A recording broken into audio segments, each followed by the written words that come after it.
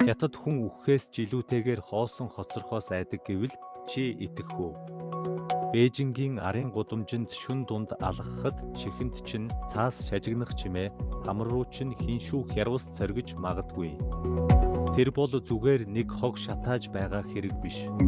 Тэд үгсэн өвөг дээдстэй зориулж тэрбумын хуурамч доллор хамгийн сүүлийн үеийн ийн цаасан загвар бүр тансаг хаусны зураг шатааж байгаа хэрэг.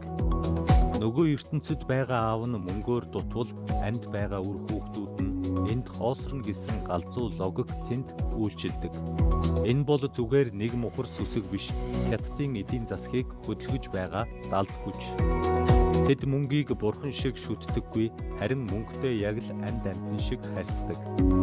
Чи хятад айлд очоод 4-ийн тоо хэлбэл чамайг шууд хаалгаараа гаргаж магадгүй. 4 гэдэг үг нь үхэл гэдэг үгтэй ижил сонсогддог болохоор тэдний лифтэн дээр 4-р давхар гэж байхгүй. Харин 8-ийн тооны төлөө тэд амиа өгөхөөс ч буцахгүй.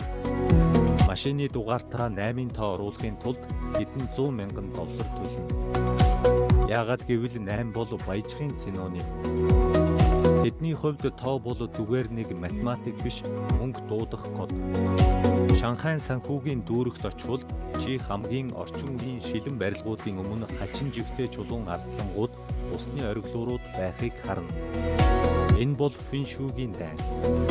Нэг барилга нь нөгөөгийнхөө мөнгөний энергийг сорох гэж толь байрлуулж, нөгөөх нь түүнийг нь хаах гэж хүрхээ тавьдаг. Тэдний хувьд мөнгө бол урсгал ус. Чи усыг зөв чиглүүлж чадвал тэр бунтан болно. Харин буруу урсгавал уйлагчин болно. Бүр сонин нь тэд хизээч түрийвчээ шалан дээр тавьдаггүй. Түрийвч шалан дээр байна гэдэг бол баялаг чамааг орхиод газар руу шингэж байна гэсэн үг. Шинэ жил болохоор хятад даяар улаан өнгөнд живдэг. Хонгба буюу улаан дугтуутай мөнгө бол тэдний хамгийн том зан үйл. Гэхдээ энд нэг аюултай зүйл бий. Чи хүнд мөнгө өгөхдөө заавал тэгш тоотойг өгөх ёстой. Гэхдээ 4-өөс бусдыг. Сондгой тоотой мөнгө өгвөл чи тэр хүнийг харааж байна гэсэн үг. Мөнгө бол тэдний хувьд харилцааны хэл. Тэд мөнгөөр хайраа илчилж, мөнгөөр уучлалт гуйж, мөнгөөр ирээдүгээ худалдаж авдаг. Хамгийн хачирхалтай зан үйл бол Гуан Ю бурхны тахилга. Энэ бол эртний дайчин эр. Гэтэл өнөөдөр хятадын бүх ресторан, дэлгүүр, бүр мафийн бүлэглэлүүд хүртэл энэ дайчныг шүтдэг. Яагаад гэвэл тэр үнэн шударга байдал хамгийн гол нь ашиг орлогыг хамгаалдаг гэж үздэг. Тэд өглөө бүр түүний өмнө хүж асааж, арилжаа 8 амжилттай байхыг гуйдаг.